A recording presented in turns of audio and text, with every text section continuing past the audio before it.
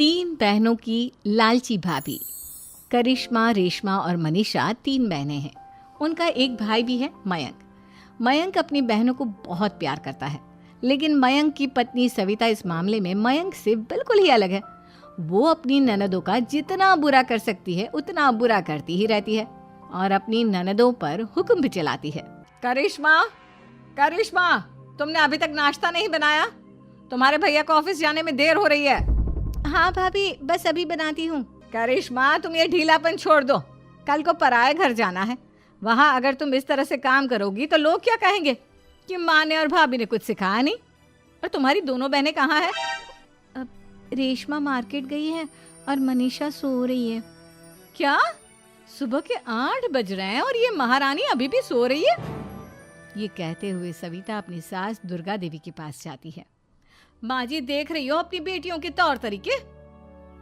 क्या हुआ बहू, सुबह सुबह क्या कर दिया मेरी बेटियों ने? अरे एक तो अभी अभी उठकर किचन में गई है, दूसरी सुबह सुबह बाहर चली गई और तीसरी अभी तक सो रही है। क्या करूं मैं इन तीनों का, मैं तो परेशान हो गई हूँ। जा जाकर उठा उसे और रेशमा से मैं बात करती हूँ। सविता सीधा मनीषा के कमरे में जाती है और उससे कहती है, महारानी जल्दी उठो, सूरज सर पर आ गया है। भाभी थोड़ी देर और सोने दो ना, मैं रात को लेट सोई थी। वो क्या ना, यूनिट टेस्ट चल रहे हैं। शराफत से उठती है या नहीं, या फिर पानी की भरी बाल्टी डालूं तेरे ऊपर? नहीं नहीं भाभी, मुझे बिस्तर में नहीं नहाना, उठती हूँ मैं। मनीषा जल्दी से उठकर बाथरूम में चली जाती है। सभी आराम से बैठकर नाश्ता कर रहे होते कि तभी रेशमा बाजार से हाथ में सामान लिए आ जाती है। रेशमा को देखते ही सविता उस पर बरस पड़ती है। लो, आ गई महारानी। ऐसा भी क्या सामान लाना था जो सुबह आंख मलते ही बाजार की तरफ रवाना हो गई? भाभी, कल आप ही तो चीख रही थी कि घर का सारा सामान मुझे ही लाना पड़ता है, घर में किसी को भी किसी काम से कोई लेना देना नहीं है। अब मैं बाजार जाकर सामान ले आई तो आपको इस बात से भी तकलीफ हो रही है? देख रही हो माँ जी, अपनी बेटी की जुबान कैंची से भी तेज चलती है। और मयंक, आप तो कुछ कहेंगे नहीं अपनी लाडली बहन को? रेशमा, अपनी भाभी से ऐसे बात नहीं करते। चलो माफी मांगो। भैया, मैं क्यों माफी मांगू? आप भाभी से बोलिए ना कि हम पर कम हुक्म चलाया करे। हम इस घर की बेटियां हैं और आपकी पत्नी की ननद है, नौकरानी नहीं। लो कर लो बात। इनकी भलाई के लिए कुछ भी बोलो तो इन्हें बुरा लग जाता है। इस घर में यही इज्जत है मेरी। देख लो माँ जी, आपकी बेटी किस लहजे में मुझसे बात कर रही है। सविता वहां से चली जाती है। मयंक को बहुत गुस्सा आता है, वो भी वहां से चला जाता है। फिर करिश्मा रेशमा को समझाती है। रेशमा, तुम्हें भाभी से माफी मांग लेनी चाहिए थी ना। लेकिन दीदी, मैंने कुछ किया ही नहीं, तो मैं माफी क्यों मांगू? हाँ करिश्मा दीदी, रेशमा दीदी जैसे ही घर में आई भाभी ही उन पर चिल्ला रही थी। हाँ, मैं मानती हूँ कि गलती भाभी की थी। मैं तो इसलिए बोल रही हूँ कि भाभी ने माँ को तो पूरी तरह अपने वश में कर लिया है। वो हमारी बात सुनती ही नहीं। मयंक भैया हमारे लिए हमेशा खड़े रहते हैं, इसलिए उनकी बात का मान तो तुम्हें रखना चाहिए था ना। कोई फायदा नहीं दीदी, कुछ दिनों की बात और है, भाभी उन्हें भी हमारे खिलाफ भड़का देंगी। फिर वो भी माँ की तरह हमारी किसी बात का विश्वास नहीं करेंगे। इसी तरह सविता अपनी तीनों ननदों को किसी न किसी बात पर परेशान करती रहती थी। एक दिन मयंक अपनी तीनों बहनों के लिए गिफ्ट लाया। करिश्मा, ये तुम्हारे लिए हार का सेट। रेशमा, तुम्हारे लिए सुंदर सी ड्रेस। और मनीषा, तुम्हें किताबें पसंद है ना, तुम्हारे लिए किताबें लाया हूँ। थैंक यू भैया। थैंक यू भैया। थैंक यू भैया। करिश्मा, तुम्हारा नेकलेस कितना सुंदर है। ये भैया कहाँ से ले आए होंगे? मैंने भैया को 3 दिन पहले फोन पर ये डिजाइन दिखाया था और आज भैया ये ले आए। सविता तो अपनी ननदों के गिफ्ट्स देखकर जल गई और करिश्मा का नेकलेस तो उसे भी बहुत पसंद आया था। अपनी बहनों के लिए कितना अच्छा नेकलेस लेकर आए हैं, मुझे कभी कोई गिफ्ट नहीं दिया। मैं आज ही ये हार चुरा लूंगी। रात में सविता करिश्मा का हार चुरा लेती है और इसी तरह उसे अपनी ननदों की जो भी चीज़ अच्छी लगती वो उसे मांगती नहीं, बल्कि रात के अंधेरे में चुरा लेती।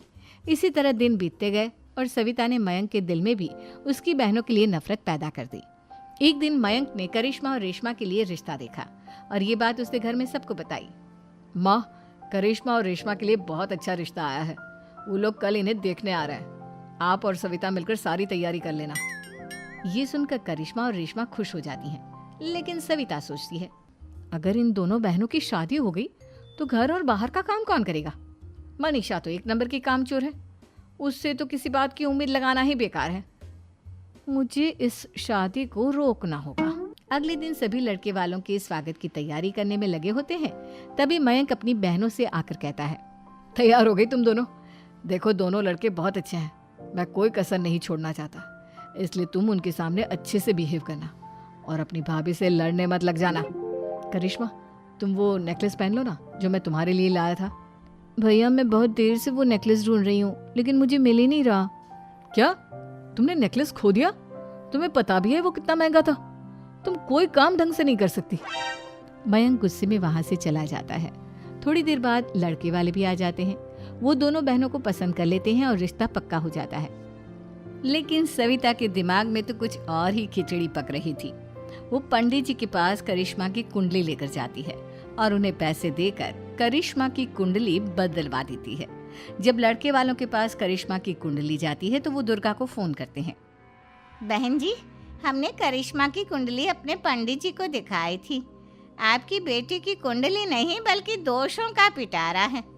देखिए, मैं और मेरे पति इन सब बातों में बहुत विश्वास करते हैं, इसलिए हम आपकी बेटी से अपने बेटे की शादी नहीं करा सकते। इस तरह करिश्मा का रिश्ता टूट जाता है और सभी घर वालों को बहुत दुख होता है।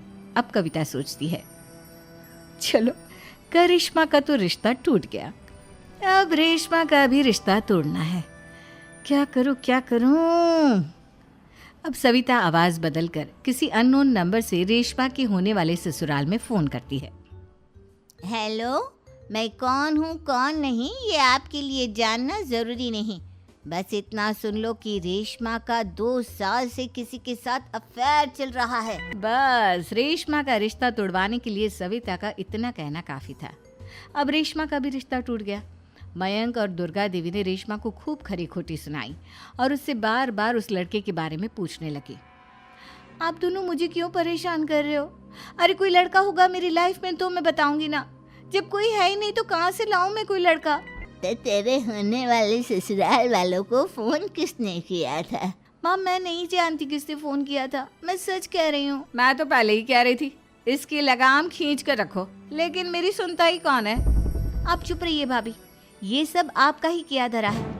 अब तीनों बहनों को विश्वास हो जाता है कि ये सब उनकी भाभी ही कर रही है। तीनों बहनें अपनी भाभी को सबक सिखाने के लिए एक वकील कर लेती है और घर में हिस्सा मांगना। देखो भैया, माँ बाप की जायदाद में जितना बेटों का हक होता है उतना ही बेटियों का, इसलिए इस घर के 4 हिस्से होंगे और हमें अपना हिस्सा चाहिए।